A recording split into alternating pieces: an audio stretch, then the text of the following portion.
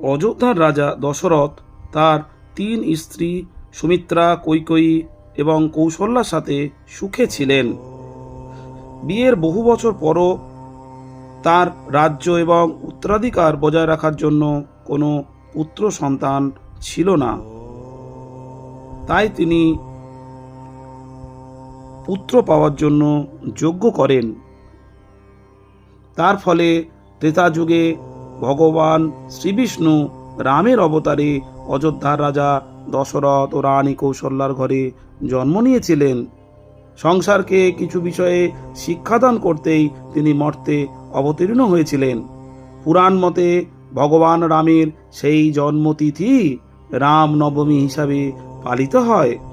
চৈত্র মাসের নবমী তিথিতে এই দিনটি মহা সমারোহের সহিত পালিত হয়। হিন্দু ধর্মাবলম্বীদের কাছে এই দিনটি অত্যন্ত পবিত্র একটি দিন হিসাবে গণ্য হয়। ধারণা করা হয় ঈশ্বররা প্রতিটি যুগেই মানুষের ওপর হওয়া অন্যায় দুর্নীতির বিরুদ্ধে প্রতিবাদ করতে বিভিন্ন অবতার রূপে জন্ম নেন। সেই রকমই ভগবান বিষ্ণু নানা অবতারে বিভিন্ন যুগে মানুষের রক্ষার জন্য মর্তে জন্ম নিয়েছিলেন। ধর্মকে দূরে সরিয়ে ধর্মের প্রতিষ্ঠাকারক শ্রীরামচন্দ্রের জন্মদিনে প্রতিটি হিন্দু বাড়িতে নানা উৎসব অনুষ্ঠানের মধ্য দিয়ে পালিত হয়। নানা রকম পুজো পাঠ আচার অনুষ্ঠানের মধ্য দিয়ে আনন্দ সমারোহের সহিত পালিত হয় এই দিনটি।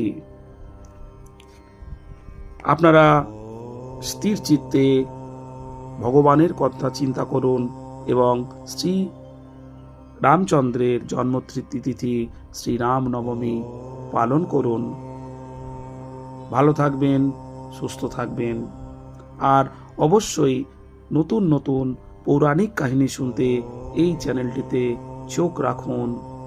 আর বেশি বেশি করে চ্যানেলটিকে শেয়ার এবং সাবস্ক্রাইব করুন। নমস্কার।